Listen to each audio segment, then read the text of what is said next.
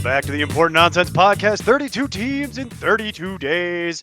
As we trundle along here, getting closer and closer to your fantasy drafts and the start of the NFL 2023 regular season. You couldn't have done that before I started recording and talking with Never. your incessant Mountain Dew drinking.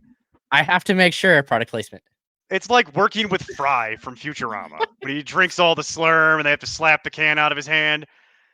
It's exactly like that. I still think of the coffee episode where he's moving so fast through everything. Like he Neil saves Smith, everybody from Mike the fire. Burland, Mountain Dew addict at that FF nerd, Jason Draven, as he continues to slowly pickle his insides to prevent having to even be embalmed when he dies. They're just going to throw him right in his Mountain Dew custom coffin that is just a big Mountain Dew can and then lower it into a big cooler and then push that off the side of the boat for his burial at sea. Couple PSAs before we get started. As I'm sure you can read, we are doing the New York Jets today. Today is the 16th of August. If anything we say sounds a little bit dated, that would be why. Tune in for the wrap-up live stream on the 1st of September, where we will update any and all takes that need to be updated. We also will be using the Fantasy Pros ECR for most of our rankings. We will also reference our personal rankings along the way. Shout out to Fantasy Pros. We appreciate being part of your affiliate program. All depth charts, as always, come from Player Profiler. Thank you, Jack. Appreciate the hard work as always. Check us out at importantnonsense.com and sign up to be a member and get access to our Discord. Keep Jason company. He's bored. He doesn't have enough work to do. He needs more questions to answer, more people to spew flaming hot takes at, and offer Mountain Dew related advice. That should cover most of the PSAs there, folks. I think that pretty much nails it down. So with that, we'll pivot directly into the New York Jets. Weird year, just for fantasy in general, but also football. The Jets matter. Weird thing in my life. That hasn't been a thing in a very long time. And I've been playing fantasy football for 15 plus years, and this rarely bears much analysis, this particular show. Usually this is just a open and shut. We're done in 20 minutes. You're on your day. Life comes at you fast, folks. Unless you discount double check here. Yeah. Speaking of that, unless you've been living under some sort of rock, and in which case, if you have, I envy you. Please tell me your secrets to living under a rock. You will know that Aaron Rodgers no longer plays for the Green Bay Packers, and after he emerged from the darkness, he was immediately offered a check to go play quarterback for the New York Jets. So the Zach Wilson nightmare is over. We no longer have to sully our eyes and brains with watching that particular travesty continue on. It is now Rodgers' time in New York. Just to get this out of the way, his opening rank is the QB 15, translates to about 113 overall. He's going around 110 by ADP. From where I sit, guys, I don't mind it. He's in that Kirk Cousins range of draftable. That Jared Goff, Kirk Cousins, 8th, 9th, 10th type of round, which I think is fair at this point. He's a prolific thrower of the football. We know this. You get nothing with his legs. I know it's weird that you're talking about a guy who just recently was the NFL actual MVP as a 10th round pick in fantasy, but that's kind of the world we live in these days. Do either of you have a problem with rostering Aaron Rodgers at this relative ADP? I don't know. It's fine. I think the bigger issue is just the fact that he has an actual defense now, and that makes me more nervous for his fantasy upside. It's very capped because they could just be like, "Hey, Breece, take this and run." And they could just or some other guy they won. We'll talk about here. They won plenty of games last year because of that, and with just so quarterbacks. So no. You don't like so? No, not so. The worst quarterback play in the league last year. Well, no. Not close. Okay, that's one of them. Hey, Mike White. Mike White was pretty good. Okay. For fantasy. Okay. Fair enough. Fair enough. Mike White was passable. That's why anytime it wasn't Mike White, it was the worst quarterback play in the league comfortably. Not close. Hey, Joe Flacco was like leading the league in pass attempts like the first 2 weeks or Yes, something, which that was hilarious. God, simpler time. So Yeah. what a simpler time for everyone involved. What a Oh, and Zach Wilson is still there. So well, surprise to okay, everybody. sure. Zach Wilson is still there. He is the official backup. He does not matter for fantasy purposes. You do have to have an eyebrow raised if something was to happen to Rodgers that it would be Zach Wilson, although all reports are he has made some strides between last year and this year, which you couldn't how could it possibly be worse? Maybe it's the Becomes Rodgers my effect. you say making strides and it's like, well, strides means what? You're going from literal the bottom of the league to anything that isn't that would be strides. It's kind of like one of my favorite sayings. If you expect a kick in the balls and you get a slap in the face, that's a victory.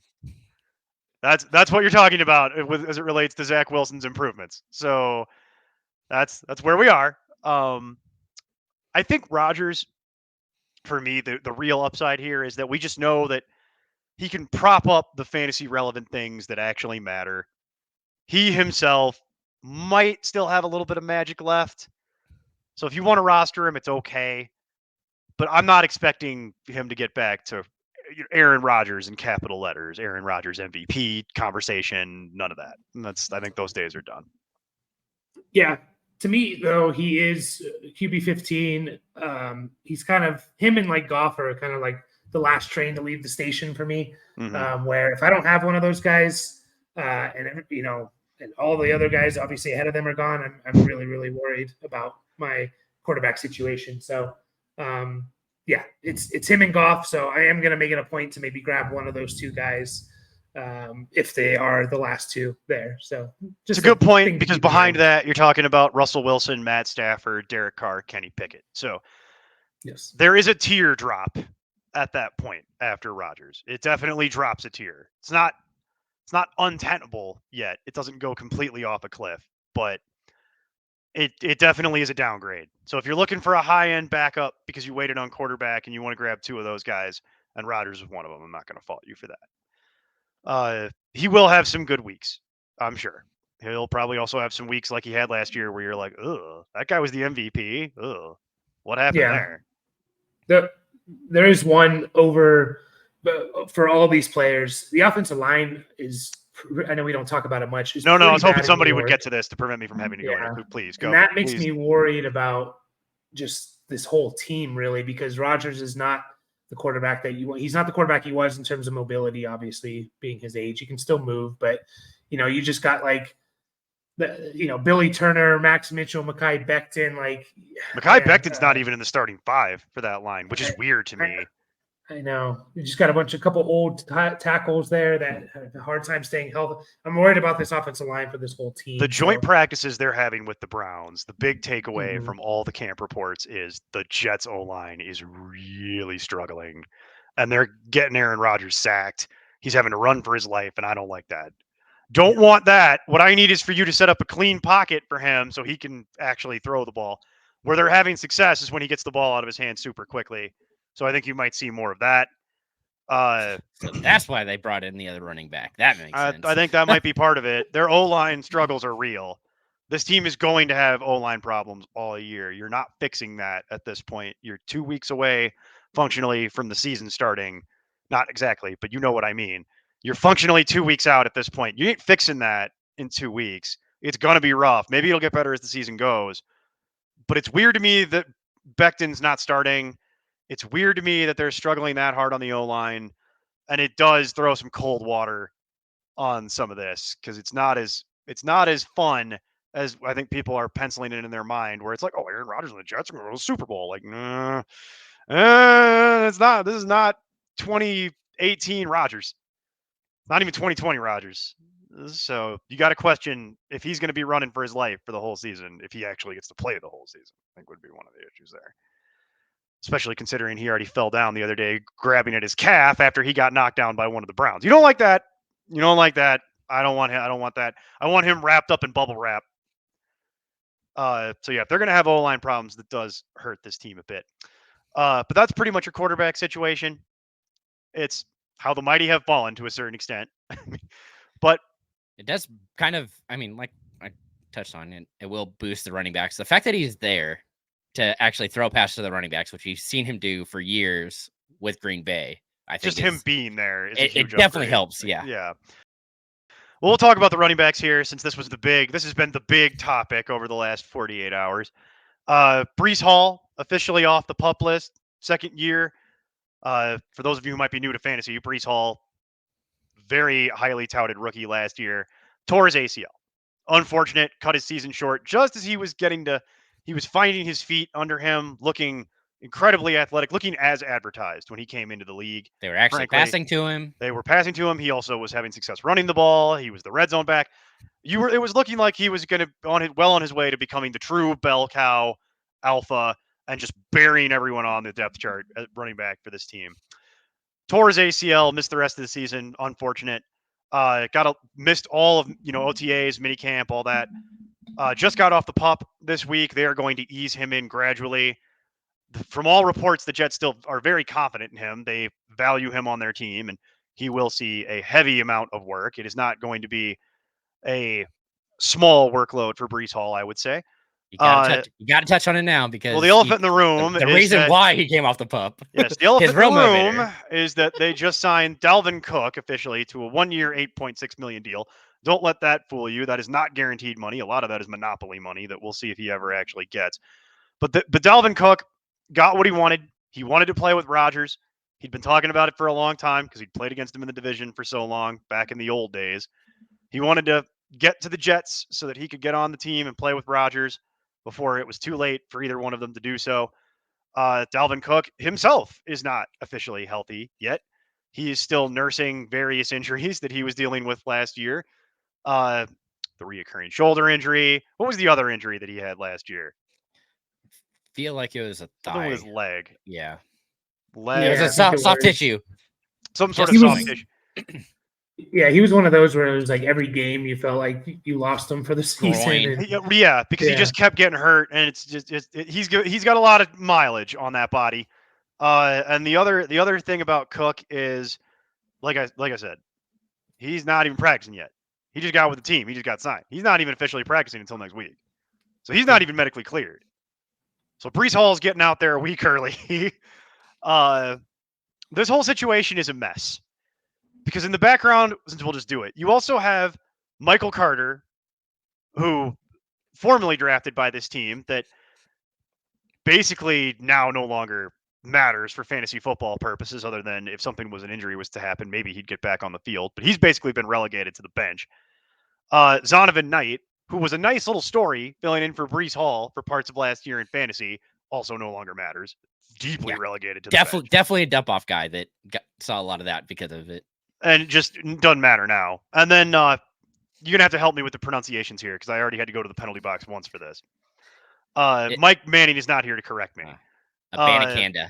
Abanikanda. I want to call him Israel Abanikanda. That's how I would pronounce that. But Abanikanda. They also drafted Israel Abanikanda, who that's perplexing because now he's just on the roster and they're not going to cut him because he's a rookie. They just drafted him. He's going to make the team, but I don't know he has no job as it relates to fantasy football purposes. It's just a thing that exists. Punt returner? I don't know. Maybe it doesn't. I don't know. It's really weird to me. Yeah, I like his profile. He's fast. Has some sure. Size, the intangibles are great, but ain't got no job. I mean, he has a physical job. He's employed by the New York Jets, but he does not have a job as it relates to fantasy football production of any level. Gentlemen, this is a weird one because this just happened 2 days ago. So the ADPs are all over the road now. We had a pretty good idea of what these ADPs were going to be. The new ADPs are weird and scary to me. So we'll go through it. Breece Hall, initially right now, as we talk today on the 16th of August, is the running back 16, which would translate to about 40 overall if you were going to translate that to where he should be being drafted. He's going at 34 overall. So that is the very end of the third round. And he is falling. He's still falling. He's falling right now. As I'm talking to you, his ADP is dropping. His ranking is dropping. I checked again this morning. Some outlets have him as RB22. They lowered him that much. I don't know that I'm willing to go that low. But because of this, Breece Hall will be one of the most polarizing figures that you will be dealing with in your drafts. I guarantee you that someone in your room, it's going to be rare that you're going to have him fall that far that no one's going to be willing to take a shot. I feel like most rooms that you play with, someone will be willing to take him in that third round area just based on pure upside and what he was able to do last year while he was healthy. Dalvin Cook, on the other hand, is a weird one. His initial ranking is RB 33, which would translate to 78 overall. That's rising. It's rising right now. It's rising as I talk to you. His ADP is already crept up to 70. And I can almost guarantee you that in other rooms that you play in, hey, it might even be the same room, someone is going to be really high on Dalvin Cook and is probably going to take him before 70 based on pedigree, history, lack of understanding that Dalvin Cook isn't on the Vikings anymore if you play with casuals. I've seen it happen. It's a thing if you play with casual players that aren't paying attention. They're just going to see Dalvin Cook and be like, oh, Dalvin Cook. And that's really low. How is he still there? You all are idiots and not realize, like, okay. My point to you is, I think anyone who tells you how they know exactly how this split is going to work at this point is lying to you.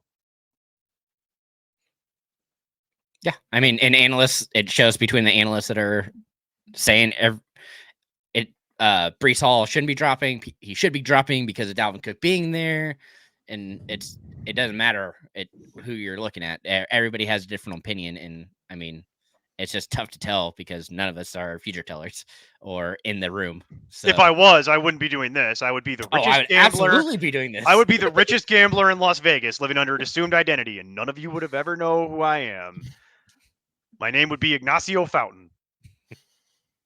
That's. It sounds like you've thought about this. Crap! Now I need a new alias. Now I've ruined it for myself. So, yeah.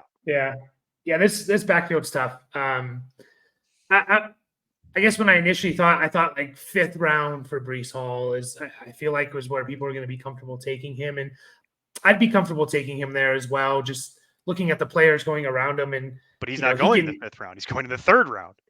Yeah, but I'm curious to see how this changes over, again, we're like 2 days since the Cook signing. So how's it going to change over the next couple of weeks? I see where you're driving. You're saying that if you had your way about it, you're hoping that Breece Hall would be available in the 5th round, and that's kind of where you're trying to target him if you could. Is that? Yeah, exactly. And just because you look at the players going in the 5th round, it's like, who can win you leagues? And there's not many of them. And Breece Hall is one of those guys. I think if he didn't get hurt, he would have been in talks to be the number 1 overall pick. We would be talking about him. How this split's going to go, I have no idea. I mean, is it going to be more Dalvin Cook in the beginning as Breece Hall gets, they slow him into the season? And then is it more 50-50 for a while? Does Breece Hall, I think Breece Hall is much better than Dalvin Cook at this point. And I think he does win out in that backfield, but Nathaniel Hackett is the offensive coordinator. He's known for running a type of offense that has kind of a 1A, 1B. Just look at Green Bay and Aaron Jones and A.J. Dillon. I hope it is, if it is a 1A, 1B, that it's kind of like the Denver backfield in 2021, where it was legitimate, like, all right, Melvin Gordon, you get this drive. Javonte, you get this drive, because I think you can actually get to, top 20 guys in a kind of split like that. I hope it's not where the Aaron Jones, A.J. Dillon kind of split, where it's like, all right, Aaron Jones, you're getting all the catches. You catch all the passes. You're the true running back. A.J. Dillon, you pound it up the middle. If that was to happen, then I firmly believe that even though Dalvin Cook is a pretty good catcher of the football, that Breece Hall would beat him out in that job, just based on profile, what he was able to start doing last year towards the end of it. It just depends. He had some big catches for long runs. But when he gets the ball in space, he's very hard to deal with because he's very slippery and he's very fast. So he'll run. It's just a question of we just don't know. And like I said, anybody who tells you that they know is lying, because I don't think Nathaniel Hackett knows. Based on years of watching Nathaniel Hackett coach teams, I don't think he knows going into the year. I think he kind of lets it work itself out, and he kind of has a tentative rough idea, and then chips fall where they may and people groove out their roles, and that's kind of how it goes. But those are the 2 running backs that are draftable at this point. To be honest with you, if Breece Hall stays where he is, I'd be more inclined to take Breece Hall over Dalvin Cook, but I don't love the relative price tag. It's a shame because before 2 days ago when I was preparing for this, I had a whole sermon about how Breece Hall at the beginning of the third round, end of the second, was a steal and a league winner, and you should absolutely be putting all your chips on that. And he's amazing. And now it's like, oh god, I hate this. So it's like, oh, this was the worst news. And shout out to our man Edwin Porras, the fantasy football doctor, just beside himself. This is his Joker arc. Is this whole Dalvin Cook thing? If you follow Edwin on Twitter, I'm watching a man literally just come apart at the seams because he's all in on Breece Hall. This was actually his big ACL injury recovery don't matter like whole thing he's been planting his flag into for a long time. So I'm sorry, Edwin. I'm sorry. I feel your pain. I'm reading his tweets and I'm sorry, dude. This is really like it's a kick in the pants. Well, when Cook signed, he dropped a whole 2 spots for me. So I'm not too worried about it clearly. And I mean, even at that price, I'm probably still taking him. What, Cook in the Hall? Oh, Hall. I see. Yeah. Okay. What about Cook? Is anybody excited about Cook? That would be a 6th round pick, middle of the 6th. No, not worth that. Really I mean, if expensive the for a O-line handcuff. sucks, yeah, but it's really expensive for a handcuff. It's like, and I get the pedigree on Dalvin Cook. Trust me. Again, knew this for a long time. I know that Dalvin Cook was a top 12 running back for how many years in a row? 5, 6, whatever it was. A lot. Long time we've had this conversation. But 6th round, playing behind and around Breece Hall. No one interested. No, Scares the crap out of me. Yeah, maybe a couple rounds later, because there's that chance it is more of a 1A, 1B, and he gets into that top 24. But no, 6th round is just too much of a risk to not knowing how this is all going to play out. You know, if we had an idea, if it was year 2 of this, then maybe, but we don't. So just dovetails me back to my original point about anyone who tells you that they know is lying. And also, there's probably going to be somebody in your room that is willing to put up a second, late second or early third on Breece Hall. And there's probably somebody that's willing to put up a 5th or a 6th round pick on Dalvin Cook, just based on pedigree and name and what they know and what they believe. And I don't even just mean like casuals if you're planning your home league. I mean, there'll be experts that'll probably be recommending that. I've already seen certain people that are like, I'm undeterred by this. Breece Hall in the 2nd round. And it's like, ooh, given what you can. I'm mildly undeterred by it. Well, I know mildly, but like I'm just given how running back works this year. Why would I pay up for that when I could get James Conner 2 rounds later? Why would I pay up for this when I could get like David better Montgomery offensive weapon way later? I could get Aaron Jones in the 4th round too. You know what I mean? Like I could do that. I could get Joe Mixon for less. There are guys that have whole jobs to themselves that we know kind of what they are for less than this year. This year's really weird when it comes to running back. If people want to beat each other, my whole thing usually is when people zig, I want to zag. So if people are going to zig into Breece Hall, I'm going to zag, and we're going to go do something that's probably less sexy, but I have a much higher percentage chance of knowing what I'm getting myself into. More established players on more established offenses that don't have a new quarterback, things like that. But ignore Michael Carter, ignore Zonovan Knight, ignore Abanikanda. If they're injuries, if they're injuries, know who they are, but they're not anything you want to draft at this point. Sorry, Michael Carter. You had an ADP up until 2 days ago. Shame, buddy. Trade him. Oh, I'm just cutting him in one of my dynasty leagues. I mean, the just Jets outright. trade him. Trade him? Yeah, trade him to another team. Maybe. Actually, you know what? Maybe somebody might take that off your hands. He's really young, and he's on his rookie deal, so you don't got to pay him. Let's talk about something that I'm actually much more bullish on, folks. I originally, when I was prepping this, I had 2 players that I was going to write a love poem about. Now we would throw one of those in the trash, as I already mentioned. But we're still going to write that love poem for Garrett Wilson, baby, as we pivot into wide receiver. Oh, yeah. I got to give Mike Manning some credit here. Mike was right about this. His analysis on Garrett Wilson in his rookie year was scarily accurate, I'll put it. Garrett Wilson, he good. I've seen enough. So is Aaron Rodgers, because every camp report is Rodgers to Wilson. Wilson's uncoverable. He's open. He's crushing the Browns secondary.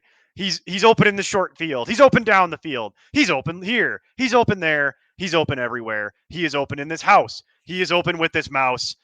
I could keep going. But I will actually. I have to stop before I get a cease and desist from the SOIS organization, because I believe that is how you actually pronounce that, and it's not Seuss.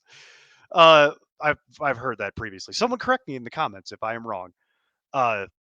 The Garrett Wilson, boy, I am thrilled with how many shares I have of him in like keeper leagues, because I get him at a discount, because those days is done.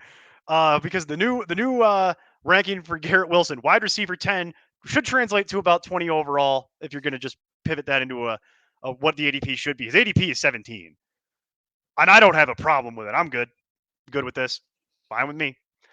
Does anybody have anything that isn't glowing optimism and praise for Garrett Wilson? Nope. I'm lower than everybody, I guess. I have a wide receiver 11. Darn. You're fired.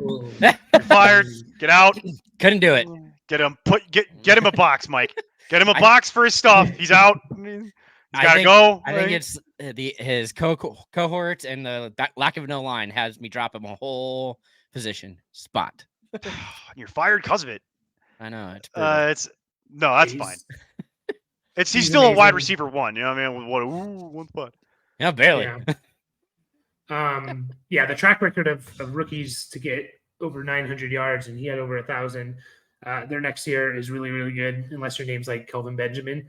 But I do worry whenever I watch him. It's fat he's so Kelvin good. Benjamin, by the way. You have to say his full name. Sorry, fat Kelvin Benjamin. There you go. Whenever I watch all these clips of Garrett Wilson in practice, I just get so worried. Like his cuts are just so. They're just so. What's the word? I don't know. Aggressive. Violent is what I was. Violent. Yes. Violent is. He does not run. He runs with reckless abandon. Is how he likes to run. It looks like he's trying to hurt the earth when he's running. Yeah. He does hurt the earth. He takes giant chunks out of it when he does it. Like, it's great. But it's because not many people can do what he can do. So yeah, I'm all in. If I could do what he could do, I would basically never stop. It's all I would do all day. Yeah. He's is he going in front of St. Brown or is he going before him? Ooh, that's a good question, because this just got adjusted the other day. Hang on, I will tell you what the most current update is. Yeah. The reason I ask is because Garrett Wilson to me he is going slightly behind St. Brown. Okay. 3 wide receiver spots. I could give you ADPs if you would prefer, but no, it's okay. St. Brown has moved up to wide receiver 7 as of today. Wow. Garrett Wilson is still hovering at wide receiver 10. I just don't see how St. Brown can get into like the top 5, and Garrett Wilson I can see being a top 3 receiver. So just I can see Garrett Wilson having the Jamar Chase year from a couple years ago. And by the way, that's wouldn't even be that hard. That would be somewhat a somewhat reasonable expectation. I mean, granted, you're out kicking the projection a little bit, but if he did that, I'd be like, yeah. You got Aaron Rodgers throwing you the ball. You got no competition. And even if the O-line's bad, they'll adjust that eventually to get the ball out quick. And from what we've already seen, they're doing that in practice already at training camp against the Browns. So I am not worried about the O-line being bad as it relates to Garrett Wilson. That doesn't bother me. Not nearly as much as it would for other players. Yep, agreed. So Garrett Wilson, wide receiver 1, draft with confidence, and enjoy watching it because it's fun to watch, just generally speaking. Like, and now I can't stop thinking. All I can hear is Castaway and Tom Hanks yelling Wilson. Like, now that's stuck in my head. All right. So you keep saying, I'm just like over and over, Wilson. All right, well, we'll power through that. It's been driving me crazy. Because this team is ridiculous, and when they got Rodgers basically demanded that they went and go and bring his friends with him. Wide receiver 2 for this team is Alan Lazard, who, for those of you who've been playing fantasy for a long time, you will know who that is. He was the de facto wide receiver 1 in Green Bay for the last couple of years. Lazard is fine, in my opinion. He's not great. He'll never be much more than a guy, but he's a professional NFL player. Rodgers trusts him, so you got that. Don't like how he gets beat up as much as he does. It's a tendency to get nicked up that one. He doesn't really miss games, but he's just constantly dealing with something. Like, hamstring, wrist, whatever it is. Like, there's always something with that guy. And he still plays, but he's always nursing something. He's always questionable. He's like a tight end at the receiver position. He is sort of like that, except he's just faster. Yeah. He's fast but enough to play his wide receiver. production, though, like his production is so touchdown dependent. Like, which he could have a big touchdown. That's exactly his role. That's why he's here. Yeah. So, yeah. Because he has he opens as the wide receiver 53, which would translate to 122 overall if you're going to go apply that to what the ADP should be. His ADP is 124. I don't really have a problem with that. I'm slightly higher. It's like a 12th round pick. I'm not overly worried about that. If you want to get him in the 12th round because you think he might get some red zone targets, sure. I roster him in a dynasty league and have for a long time. I have a pretty good idea of what I'm getting myself into. If he scores a touchdown, you get a 12 to a 14. Maybe a 20 if you're really lucky. If he doesn't score a touchdown, you have a bad week. You kind of just pigeonholed into it. But I kind of know that, so it's hard to be mad at it. And it feels like that's baked into the ADP at this point. People kind of know.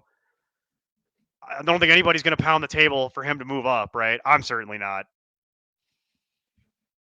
No, I mean, we touched on it. I think he's going to play kind of like a tight end role and be the TD guy that he's supposed to be for Rodgers, and he's comfortable with him, which is a big boost. And then I'm sure he's capable of doing better than the rest of the options on the team.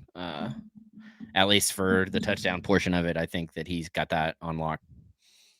Mike, where do you land on this? Do you fade him? No, not interested. Like, are you okay with like 12th round? All right, he's like my 5th wide receiver. I'll just stick him on the end of the bench and it'll be okay. Yeah, I mean, I guess there's that, like we said, or like I said, to me, he's like a tight end. He needs the touchdowns to be productive, and it could happen. Obviously, there's not much behind, in terms of the number 2 target on this team. My issue is I can always make a case for someone around him. Like, there's more upside with this guy. I'm going to go with him. Like, if Sky Moore is sitting there, I'm like, yeah, I'll take Sky Moore because there's upside. Or, I can't think of anyone else who's going. Take Bigsby or something. Like I can just Dotson maybe. Yeah, maybe Dotson. I don't think Dotson's going that low, but I think Dotson goes about a round or 2 higher. But either way, I get your point, which is, and I do agree. There is limited upside with Alan Lazard. So if it just depends on kind of what you want from your 5th wide receiver. Team construction comes in here. If you've been drafting home run hitters, like you've not listened to me and wound up with players like Tyler Lockett and Kadarius Toney and things like that, maybe look at Alan Lazard, because you might need somebody that could get you a reliable point floor at some point and not just take crazy hacks out of the batting cage, because that's what Lazard's going to do for you. It's he's old, steady Eddie. It's not sexy, but you know what you're getting for the most part. He's got a good on base percentage. He does, yeah. He hits for contact. For those of you who do, he does not swing out of his shoes. He hits to get on base. But I do like the fact that he has familiarity with Rodgers, and Rodgers trusts him, and that's good. But you can already see that Garrett Wilson is so far such a superior level of receiver that's all that is happening. It's just, and Lazard is an afterthought. Nobody else in the wide receiver room matters. Former Chief Mecole Hardman is now on this team. Doesn't matter. Not relevant unless there's some kind of injury. There's not enough to go around to support him. Corey Davis is still on the team. Corey Davis is like a bad penny. He just keeps coming back to you. You just every year we have the Corey Davis conversation. This is the 5th year of it in a row, and it is kind of tiring, but this year it doesn't matter. He is still on the team. Good for him. He does not matter anymore. There would have to be multiple injuries for Corey Davis to matter. And speaking of multiple injuries for someone to matter, the last receiver they really have they have a few others, but the ones that I think will make the team, Randall Cobb is there as well. 35-year-old feels like Randall Cobb is still there because Aaron Rodgers demands it be so. Yeah, they got him first. They did do that. But I will say, Randall Cobb doesn't matter. Cool story. Literally, cool NFL story. I'm glad Randall Cobb still has a job in the league. Good for him. It does not matter for fantasy football. You would need many injuries to occur for Randall Cobb to actually be happening, to the point that I think they'd actually probably sign somebody. Like, that's how many injuries would need to happen for Randall Cobb to matter at this point. And then finally, to round it out, we have the tight ends. Tight ends are actually familiar faces here. So you have Tyler Conklin coming back from weird year Everything. last year. Well, injury, but he had flashes last year where Tyler Conklin would do some stuff, mostly red zone related, and then just disappear. And then he got hurt. And it's kind of like the microcosm of just tight end in general, Mike. You talked about it. Like, it's tight end or bust, and then they go away, but then Conklin got hurt. What I think is neither of these guys have ADPs. No Jets tight end has an ADP, which I think is funny. So I do think you guys will talk about these guys actually on the waiver show on Mondays at importantnonsense.com because Definitely Conklin. Conklin's going to be on there a lot. what's interesting to me is I'm more interested in CJ Uzomah. CJ Uzomah has been a consummate professional throughout his career. Converted wide receiver, played with the Bengals for a long time, has had flashes. He just can't stay healthy. I like his hands. I like the way he's learned how to transition to the position. He's gained the weight. He's kept it on. He's still fast, even at his weight from bulking up from wide receiver. It's just he gets hurt a lot. And I don't even want to say injury prone. I think it's just bad luck. He's had some weird stuff happen. Like, I think he broke his wrist 3 years ago, and it's like, well, I'm sorry you have bones. Like, it's kind of hard for me to be mad at you when you broke a bone. Like, sorry you're not a baby. Yeah. It's not completely bendable. And yeah, I'm sorry you don't have growth platelets anymore, that you could just knit your bones back together. And I'm also sorry that you're not Wolverine. Only one Wolverine, and it's Adrian Peterson. Sorry, Hugh Jackson. I know Hugh Jackman thinks he's Wolverine. No, it's Adrian Peterson. No one heals like Adrian Peterson. Javonte's coming for that this year.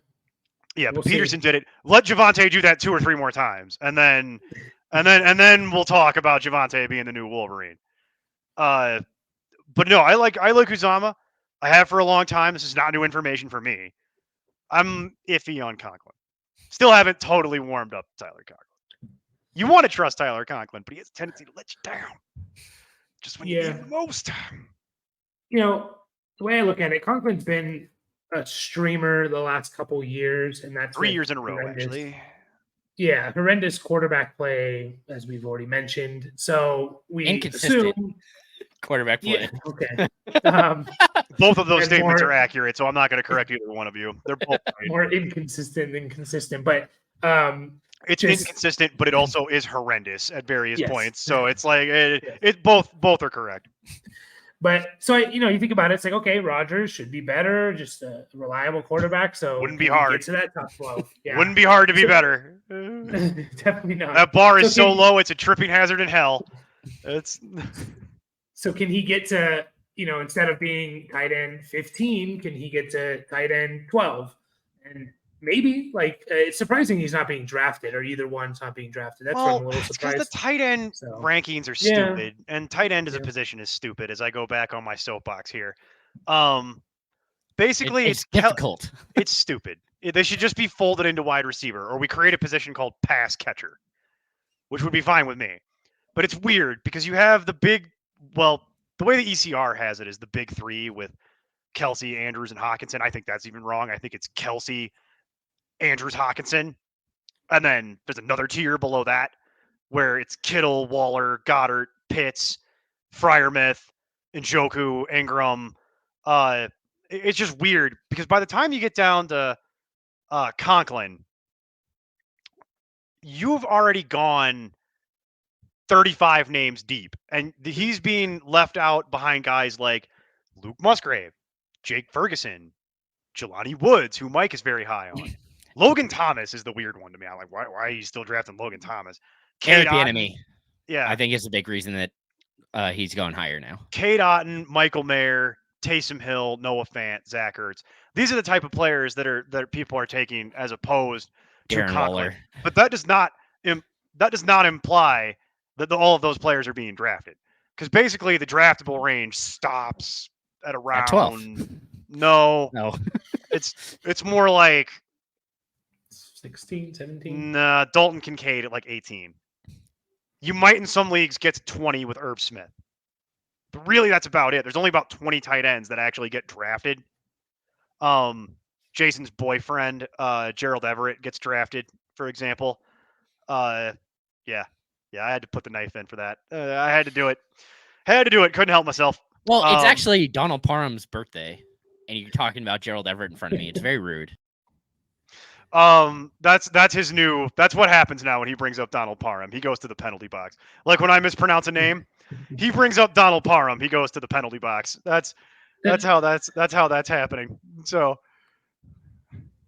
did we learn a lesson? Did we learn a lesson? Off during the waiver show. Did we learn a lesson? Because you're new. Never.